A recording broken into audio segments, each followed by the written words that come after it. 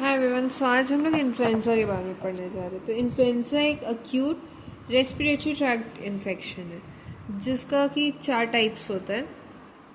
Influenza virus ये cause करता है एंड इसका 4 टाइप होता है, ए बी सी डी। ये जो ए और बी स्ट्रेन है ना, केवल यही दो एपिडेमिक कॉज कर रहा किया है अभी तक, बाकी सब नहीं किए। इसमें क्लिनिकल फीचर क्या होता है? चिल्स होगा, मलेस होगा, फीवर होगा, मैक्यूलर पेन होगा मतलब आँखों में, और कफ होगा। ये सच में एक इंटरनेशनल डिजीज़ है। पूरा जो वर्ल्ड है ना, दैट्स अफेक्टेड। और इसका बिहेवियर बहुत अनप्रडिक्टेबल है। बहुत सारे फॉर्म्स में ये देखने को मिला है हमें इन्फ्लुएंजा। ये जो इन्फ्लुएंजा है ये 10 से 40 साल में हमेशा पैंडमिक के फॉर्म में रिकर करता है। जैसे हम लोग देख सकते हैं 1918 में स्पेनिश इन्फ्लुएंजा हुआ था, 1957 में एशियन इन्फ्लुएंजा हुआ था, 1968 में हांगकांग इन्फ्लुएंजा हुआ था। बहुत रिसेंटली इन्फ्लुएंजा H1N1 वायरस जो है वो स्वाइन ओरिजिन का था, जो कि मेक्सिको में ओरिजिन किया ड्यूरिंग द स्प्रिंग ऑफ 2009, और उसको पैंडमिक इन्फ्लुएंजा H1N1 2009 वायरस का नाम दिया गया ना। ये ना स्प्रेड करता है ट्रेवलर के साथ वर्ल्ड वाइड, ठीक है। जैसे ट्रेवलर्स जो हैं वो स्प्रेड कर देंगे। First influenza pandemic of the century वैसे ही हुआ था। तो पैंडमिक्स के बीच में एपिडेमिक होता है हर 2-3 साल के इंटरवल में in case of influenza A, और हर 3 से 6 साल के इंटरवल में in case of influenza B. तो इनका पीरियोडिसिटी रेगुलर नहीं है। जैसे मीजल्स और वूपिंग कफ जो है वो रेगुलरली ही एंडेमिक होते रहते हैं। क्यों? क्योंकि बहुत several strain of the virus may be simultaneously in circulation. Like influenza का बहुत सारा स्ट्रेन होता है, तो एक साथ बहुत सारे सर्कुलेशन में हो सकते हैं। तो इसका मतलब है कि आउटब्रेक हो सकता है इन्फ्लुएंजा का हर साल, और कभी कभी 2 बार भी हो सकता है 1 साल में, ठीक है। सो क्या होगा फिर? Clinical feature increase febrile respiratory illness in children बढ़ जाएगा, हॉस्पिटलाइजेशन बढ़ जाएगा, सिकनेस एब्सेंटी बढ़ जाएगा स्कूल में। क्या होता है कि अटैक रेट जो होता है अडल्ट में 5 to 10% होता है, बट बच्चों में 20 to 30% अटैक रेट होता है ना। एंडेमिक है, उसका पीक जो है 3 to 4 वीक में हो जाएगा, उसके बाद डिक्लाइन करने लगेगा, ठीक है। यूनिक फीचर क्या है कि सडननेस होता है, बहुत अचानक से होता है। दे arise speed is with which they spread, बहुत स्पीड और बहुत आसानी से स्प्रेड करता है। शॉर्ट इंक्यूबेशन पीरियड होता है, लार्ज नंबर ऑफ सब क्लिनिकल केसेस होता है, high proportion of susceptible population होता है, शॉर्ट ड्यूरेशन ऑफ इम्यूनिटी होगा, एब्सेंस ऑफ क्रॉस इम्यूनिटी होगा। इस वजह से बहुत ज़्यादा स्प्रेड करता है। वर्ल्ड वाइड अगर आप देखोगे ना, तो annual epidemic 3 to 5 million cases of severe illness देखने को मिलेगा। लाइक 6,50,000 डेथ्स तक देखने को मिलता है ना। फेट क्या है पता नहीं है। फेट पॉसिबल एक्सप्लेनेशन क्या है ट्रांसमिशन ऑफ द वायरस का? एक्स्ट्रा ह्यूमन रिजर्वायर होता है, जैसे कि pig, horse, birds. Latent infection देखने को मिलता है ह्यूमंस में, या फिर कंटिन्यूस ट्रांसफ़र होते रहता है एक ह्यूमन से अनदर ह्यूमन में। इस वजह से स्पोरैडिक केसेस होते हैं। अब 3 टाइप ऑफ इन्फ्लुएंजा जो है वो वर्ल्ड में सर्कुलेट कर रहा है। ये याद कर लो, ये MCQ में आ सकता है। ए का 2 है और बी का 1 है, ठीक है। ए का क्या 2 है? H1N1, H3N2, ठीक है। क्या है इन्फ्लुएंजा ए का? H1N1 दोनों 1, एक है 3-2, ए H3N2, और एक है बी वायरस। ये 3 है। अब जो इन्फ्लुएंजा ए जो है ना, 59% of all the influenza cases देखने को मिला है ना। एपिडेमियोलॉजिकल डिटर्मिनेंट देख लेते हैं। This like a triangle. इसमें हम लोग देखेंगे एजेंट फैक्टर्स, देन उसके बाद होस्ट फैक्टर्स देखेंगे, देन एनवायरमेंटल फैक्टर देखेंगे। एजेंट में इन्फ्लुएंजा वायरस जो होता है वो ऑर्थोमिक्सो विरिडी के अंदर आता है, ठीक है। इसका 4 स्ट्रेन होता है, type A, B, C, D, ठीक है। अब इनमें कोई भी क्रॉस इम्यूनिटी नहीं होता है, यानी कि अगर टाइप ए हुआ है तो टाइप बी के लिए कोई इम्यूनिटी नहीं मिला है, ठीक है ना। इन्फ्लुएंजा ए और बी जो होता है वो ज़्यादातर एपिडेमिक के लिए रिस्पॉन्सिबल होता है। ये जो इन्फ्लुएंजा ए होता है ना, केवल ए के पास दो डिस्टिंक्ट सरफेस एंटीजन होता है, एच और N. H for hemagglutinin and N for neuraminidase होता है।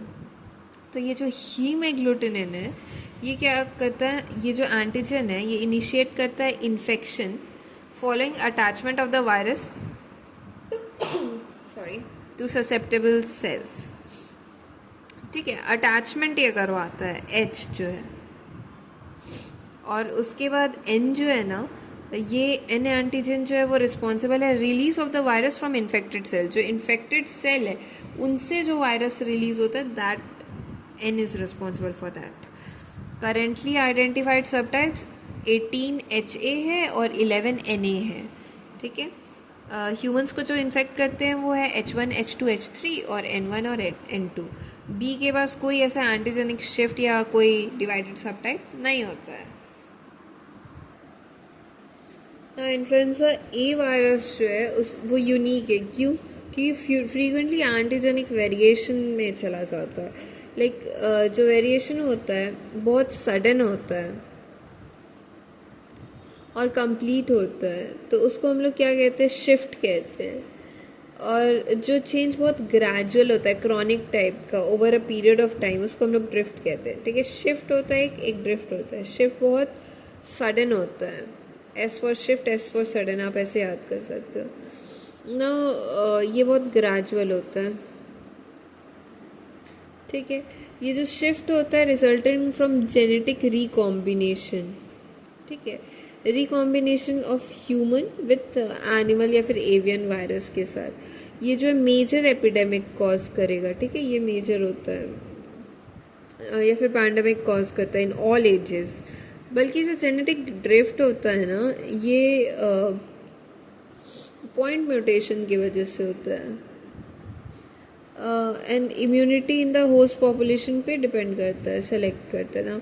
एंटीजेनिक चेंजेस जो है वो लेसर डिग्री में होता है बी ग्रुप ऑफ इन्फ्लुएंजा में, और सी जो होता है स्टेबल होता है। तो ए का आइसोलेशन 1933 में हुआ था। उसके बाद मेजर एंटीजेनिक चेंज दो बार हुआ है। पहला 1957 में H2N2 हो गया था, और दूसरा 1968 में H3N2 हो गया था। और जो स्टेन्स है जो 1946 और 57 में हुआ था, उसको H1N1 कहते हैं। और शिफ्ट इन 1968 इन्वॉल्व किया था केवल H एंटीजन को, ठीक है। अब रिजर्वॉयर ऑफ इन्फेक्शन कौन है, एनिमल्स और बर्ड्स जो होते हैं वो मेन रिजर्वॉयर होते हैं। देन बहुत अलग बर्ड्स और एनिमल्स में भी निकाला गया है, जैसे कि swine, horses, dogs, cat, domestic poultry, birds, ये सब में भी इनमें से कुछ के पास मेजर H और N एंटीजन होता है, ऐसा हाइपोथेसाइज किया गया।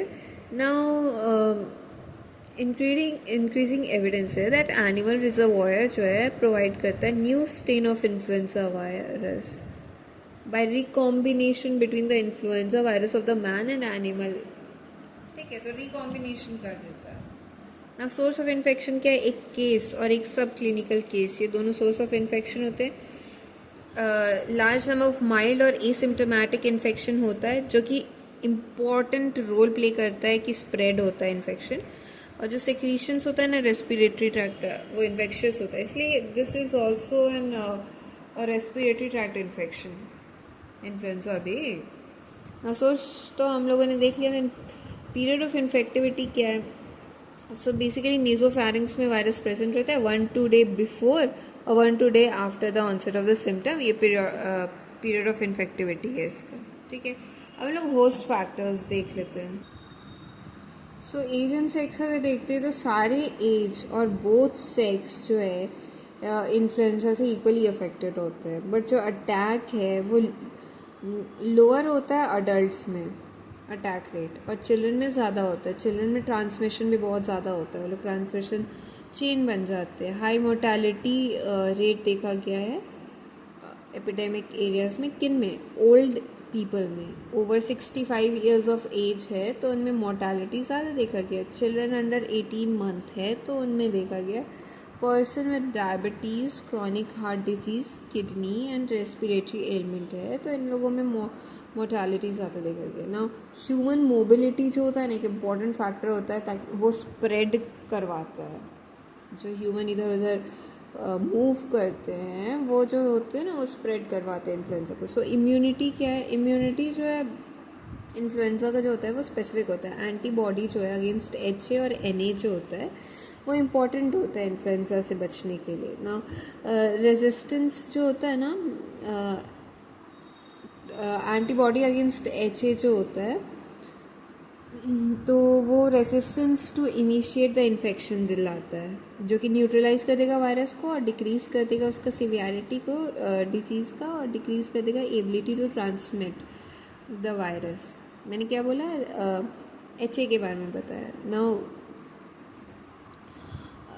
एंटीबॉडी जो राइबो न्यूक्लियर प्रोटीन जो होता है वो टाइप स्पेसिफिक होता है और टाइपिंग वायरल आइसोलेट के लिए ज़रूरी होता है ना। IgA जो होता है ना वो एंटीबॉडी वो नेज़ल सेक्रीशंस में पाया जाता है और वो प्रिवेंट करता है इन्फेक्शन को। एंटीबॉडी जो होता है मॉडिफाई करता है कोर्स ऑफ इलनेस को। Now person with low titre of antibody जो है वो इन्फेक्ट हो जाएंगे एंड एक्सपीरियंस करेंगे माइल्ड फॉर्म ऑफ इलनेस को। देन इम्यूनिटी जो होता है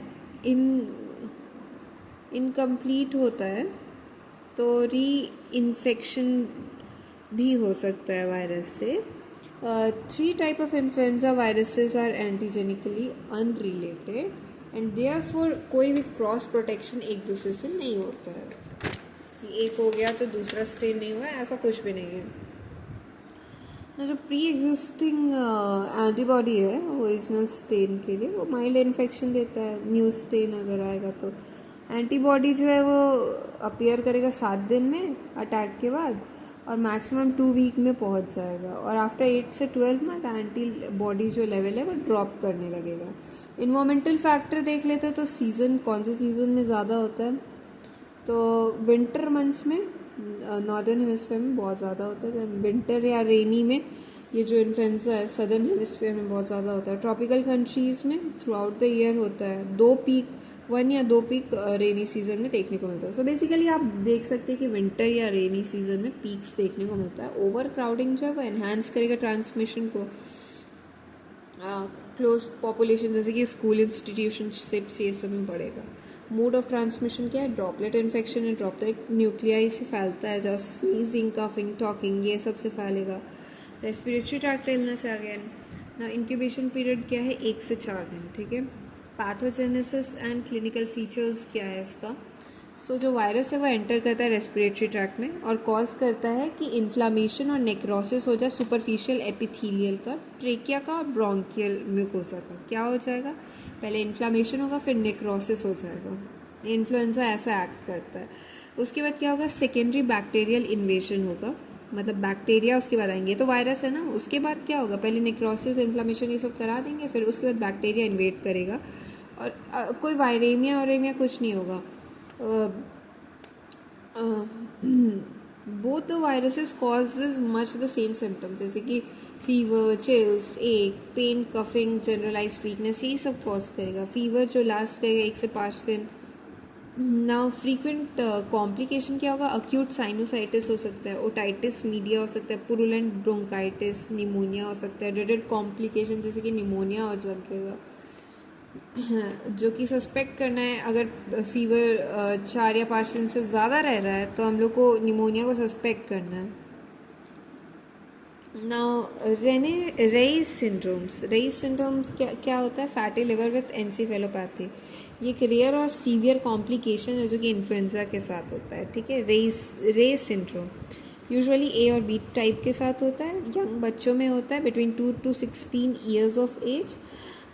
रैपिडली प्रोग्रेसिव हेपेटिक फेलियर होगा इसमें और एंसेफेलोपैथी यानी ब्रेन में इन्फ्लामेशन होगा ना। 10 से 40% मोर्टेलिटी रेट होता है इसका। पैथोजेनेसिस पता नहीं है, बट द सिंड्रोम जो है वो एसोसिएटेड है एस्पिरिन यूज़ के साथ इन वैरायटी ऑफ वायरल इन्फेक्शन, ठीक है। सो हम लोग एवियन इन्फ्लुएंजा देख लेते हैं. सो एवियन मतलब क्या होता है? बर्ड होता है. सो बर्ड फ्लू देख लेते हैं. सो बर्ड फ्लू जो होता है ना, प्राइमरली बर्ड को अफेक्ट करता है, वो ह्यूमंस को उतना नहीं इन्फेक्ट करता है. सो एक वायरस जो H5N1 है, उसके पास पोटेंशियल है कि ये पैंडमिक कॉज कर सकता है. इसको 15 साल से हम लोग देख रहे हैं, बट एज सच कुछ हुआ नहीं है. ये बर्ड्स से ह्यूमंस में फैलना इतना आसान नहीं है एंड उतना ज़्यादा कंटाजियस भी नहीं है. सो ये ट्रांसमिशन कैसे होता है? तो primarily direct contact with the infected bird. Live या फिर डेड बर्ड है तो उसके कंटामिनेशन से, डायरेक्ट कंटामिनेशन से ये फैलता है. इंक्यूबेशन पीरियड क्या है? 2 to 5 days. देन डायग्नोसिस कैसे करेंगे? RT-PCR से कर सकते हैं. रैपिड डायग्नोस्टिक टेस्ट भी कर सकते हैं, बट वो ज़्यादा सेंसिटिव नहीं होता है. RT-PCR is very good. Treatment क्या है? जैसे अब कुछ एंटीवायरल ड्रग्स जैसे ओसिल्टामिविर जो है या फिर जाना मिविर जो है, ये रिड्यूस करेगा ड्यूरेशन ऑफ वायरल रेप्लिकेशन और इम्प्रूव करेगा प्रोस्पेक्ट ऑफ द सर्वाइवल. ना प्रिवेंशन कैसे करेंगे हम लोग? कि रेगुलर हैंड वॉशिंग करेंगे, प्रॉपर ड्राइंग करेंगे, गुड रेस्पिरेटरी हाइजीन मेंटेन करेंगे, जैसे माउथ को और नोज़ को कवर करेंगे जब स्नीज कर रहे हैं, तो खुद को आइसोलेट कर लेंगे, अर्ली सेल्फ आइसोलेशन. अवॉइड करेंगे close contact with sick people. Avoid करेंगे touching the eye, mouth and nose. Vaccine के बारे में क्या है? तो वैक्सीन का क्या है कि 2007 में एक वैक्सीन बर्ड फ्लू के लिए लाइसेंस किया गया था. People of 18 years through 64 years of the age को मिल सकता है. इनएक्टिवेटेड इन्फ्लुएंजा वायरस था, इसका 2 डोज था, 28 डेज अपार्ट इसको लेना था. इसमें वैक्सीन लेने के बाद हेड एक, मसल पेन, थोड़ा सा पेन टेंडरनेस, देन जनरल इल फीलिंग आता था. और कुछ और वैक्सीन्स अप्रूव हुआ था पैंडमिक के टाइम में H1N1, बट म्यूटेट कर देता है. So currently the current sample of H5N1 can not be dependent up to work. ठीक है.